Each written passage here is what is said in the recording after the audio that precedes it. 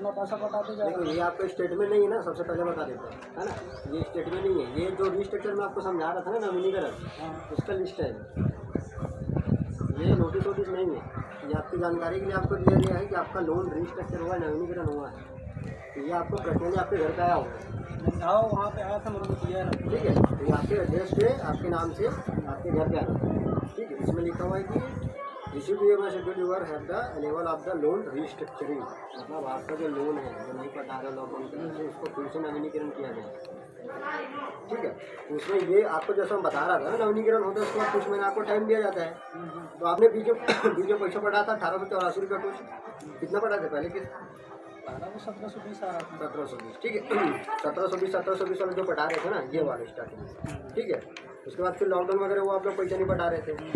उसके बाद बीच में फिर आप लोगों को पैसा लेने के लिए आया होगा कोई, है ना। उसके बाद 2-3 महीने पटा आपने पैसा, उसके बाद फिर से रिस्ट्रक्चर आपका हुआ। कितने बार आपने पैसा नहीं पटा, इतने दिन आपको पैसा नहीं पटाना था, 000। उसके बाद से आपको 9वें महीने 2022 से पैसा पटाने स्टार्ट करना।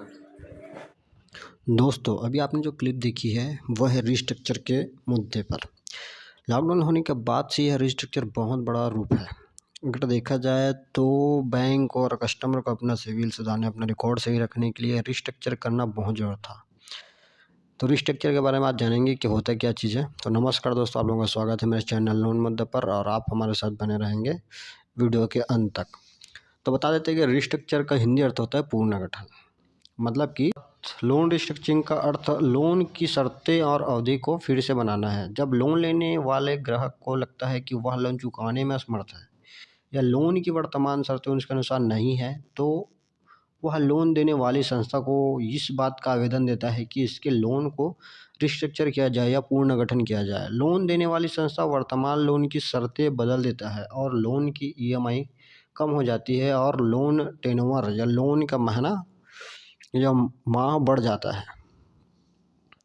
ये होता है रिस्ट्रक्चर का नियम। रिस्ट्रक्चर की शुरुआत लॉकडाउन के बाद से कुछ अधिक सा हो गया है, क्योंकि इस समय जब लॉकडाउन हुआ तो पैसा किसी के पास नहीं था, और इस चलते हुए लोन रिस्ट्रक्चर हुआ गया, क्योंकि कस्टमरों को ओडी लग रहा था, डीपीडी में जा रहे थे, इस कारण से रिस्ट्रक्चर हुआ गया है। लॉकडाउन के बाद मोरेटोरियम का भी ऑप्शन था मोरेटोरियम में, लेकिन वही होता है कि मोरेटोरियम का अवधि बढ़ाने के बाद आगे उस पैसों को दिया जाता है जिसमें कुछ चार्ज वगैरह बैंक जोड़ती है।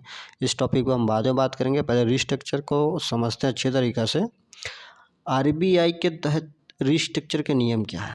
आरबीआई के तहत सबका अधिकार है कि नहीं है, सब लोगों, सब कस्टमर, सब लोनधारी और ऋणकर्ताओं को रिस्ट्रक्चर होना चाहिए नहीं होना चाहिए, ये कौन निर्धारित करता है? तो आरबीआई के तहत अपन जानते हैं कि रिस्ट्रक्चर बैंक की मर्जी के हिसाब से होता है। सुविधा आपको तभी मिलेगी जब आप रिकॉर्ड सही होगा, आपका लोन इन पे नहीं होगा, आपका रिकॉर्ड डिफ़ॉल्टर कैटेगरी में नहीं होगा। आरबीआई के तहत यह सुविधा एक बार के लिए दिया गया था। इसके लिए आपको 1 मार्च 2020 तक की सभी लोन में डिफ़ॉल्ट नहीं होना। तो ये रिस्ट्रक्चर का अधिकार सिर्फ बैंकों को दिया गया है जो आपको सुविधा दे सकते हैं। बैंक या आपकी लोन कंपनी, आपकी जो फाइनेंस कंपनी चाहेगी तो आपको ये सुविधा दे सकती है, या आप उनसे ये सुविधा की मांग कर सकते हैं। तो ये लॉकडाउन के बाद एक बार ही नियम दिया गया था जो 2020 में हुआ था।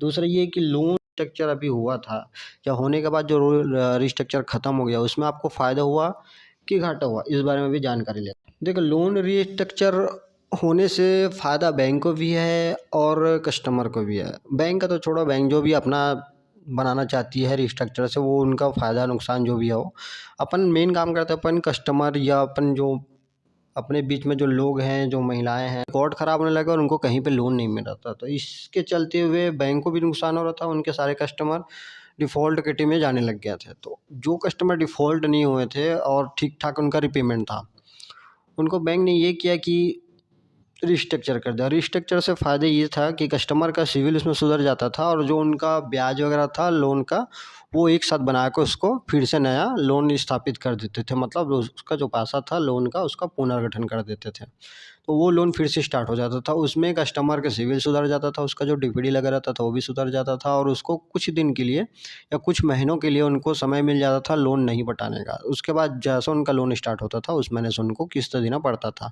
उसमें उनका किस्त छोटा हो जाता था और महीने थोड़ा आगे बढ़ जाते थे। तो 18 महीने का रहता तो 24 महीने, 24 महीने का रहता तो उसके आगे उनको ऑफ़र जैसे उनके हिसाब से बनता था, उनका जो मूलधन बाकी रहता है उसके हिसाब से बना दिया जाता है। रिस्ट्रक्चर का काम यही था, पुनर्गठन, लोन का नया स्थापित करना, उसके बाद से कस्टमर को फिर से उस लोन को पटाना है। उसके बाद भी अगर रिस्ट्रक्चर की जानकारी कस्टमर को नहीं होती तो उनको लगता है कि उनका पैसा बढ़ाया गया है, उसके बाद भी वो लोग डिफ़ॉल्ट कर रहे हैं। तो रिस्ट्रक्चर को समझाना कस्टमर को बहुत ज़रूरी है उसका रिस्ट्रक्चर करने से पहले, क्योंकि रिस्ट्रक्चर कस्टमर की मर्ज़ी से होता है, ना कि अपने हिसाब से होता है। अगर बैंक भी चाहता है कि रिस्ट्रक्चर करें हम किसी कस्टमर का, तो पहले उनसे यह राय लिया जाता है कि वो रिस्ट्रक्चर का सुविधा लेना चाहती है कि नहीं लेना चाहती, क्योंकि उनको सब चीज़ की जानकारी रहेगी तो आगे से पैसा देना स्टार्ट करेंगे। अभी देखते हैं कि माइक्रो फाइनेंस में रिस्ट्रक्चर का कितना प्रभाव पड़ा है।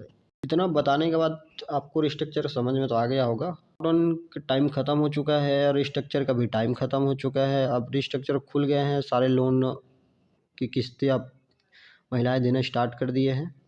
तो ऐसे में उनको यही समझाना पड़ रहा है कि रिस्ट्रक्चर होता क्या है। तो अगर ये वीडियो देख के किसी भी माइक्रो फाइनेंस वाले बंदे को लगता है कि रिस्ट्रक्चर आप समझा सकते हैं या उसका कलेक्शन लाने में या उनका रिपेमेंट करवाने में आपको दिक्कत हो रही है, तो ये ज़रूर बताइए कि उनका रिस्ट्रक्चर क्या है। ये रिस्ट्रक्चर का जो नियम और जानकारी जो महिलाओं को अगर देते हैं अच्छे से, तो वो भी समझ जाते हैं कि रिस्ट्रक्चर क्या होता है, पुनर्गठन क्या होता है, उनका क्या क्या उनको बेनिफिट है, क्या क्या फ़ायदे हुए हैं उनको, और कितने दिन तक उन्होंने पैसा नहीं दिया था। तो अगर आप माइक्रो फाइनेंस में काम करते हैं और ये रिस्ट्रक्चर उनको बताते हैं तो उनका पैसा आपको बराबर से टाइम टू टाइम मिलेगा। अगर ये नहीं बता पाएंगे तो कस्टमर अगर किस्त भी दे देते हैं पूरा अपना महीने का, तो रिस्ट्रक्चर का जो पैसा उनको लगा हुआ है, जो चार्जेस उनको लगा हुआ है, वो पैसा नहीं देंगे। फिर बाद में पैसा देने के बाद भी वो डिफ़ॉल्ट कर सकते हैं। मतलब कि वो 24 किस्त 18 किस्त जो भी उनका टेन्योर था वो तो दे देंगे, लेकिन उसके बाद जो पैसा उनका बचेगा, उनको जो एक्स्ट्रा ब्याज लगेगा वो बोलेंगे कि नहीं देंगे। तो ये पहले से बताएंगे रिस्ट्रक्चर होने से पहले या रिस्ट्रक्चर खुलने से पहले, तो आपको इसका बेनिफिट मिलेगा कि उनका पैसा बराबर आएगा और जो आखिरी तक उनका वो रहता है रिस्ट्रक्चर का पैसा, वो भी आपको मिल सकता है और निश्चित रूप से मिलेगा। तो कस्टमर को भी बेनिफिट होगा कि उनका डिफ़ॉल्ट नहीं होगा, वो लोग ओडी में नहीं जाएंगे। आप लोगों के नज़रिए से माइक्रो फाइनेंस कस्टमर को रिस्ट्रक्चर के से फ़ायदे हुए हैं या नुकसान, कमेंट करके मुझे ज़रूर बताएं। ऐसे वीडियो देखने के लिए हमारे चैनल को सब्सक्राइब और लाइक करें।